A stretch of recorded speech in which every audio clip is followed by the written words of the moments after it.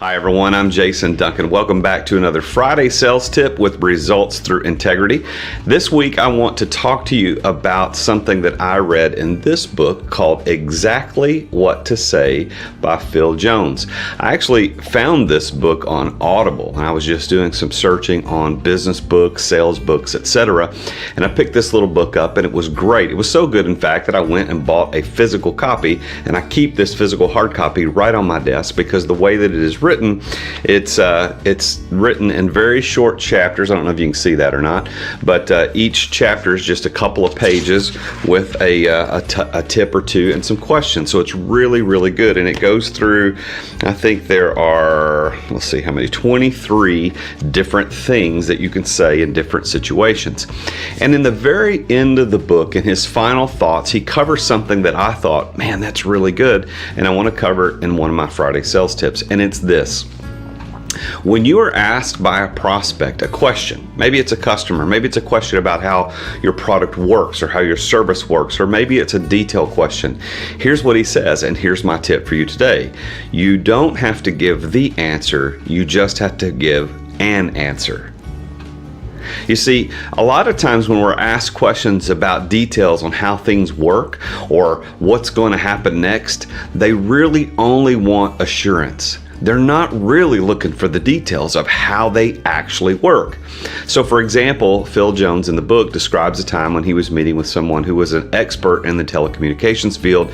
He actually was there when the very first text message was ever sent and received, and people would ask him a lot in telecommunications when he was selling telecommunications how cell phones worked.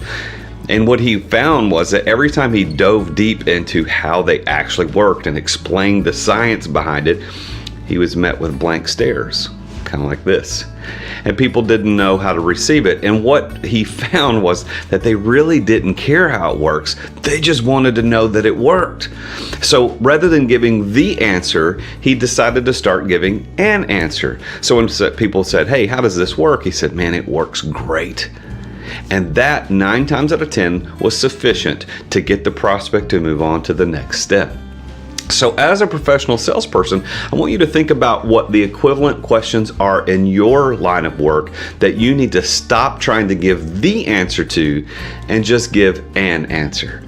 You know, one of the other tips that I give is that you don't always have to give information. In other words, you should only answer the questions that are asked, never volunteer any information.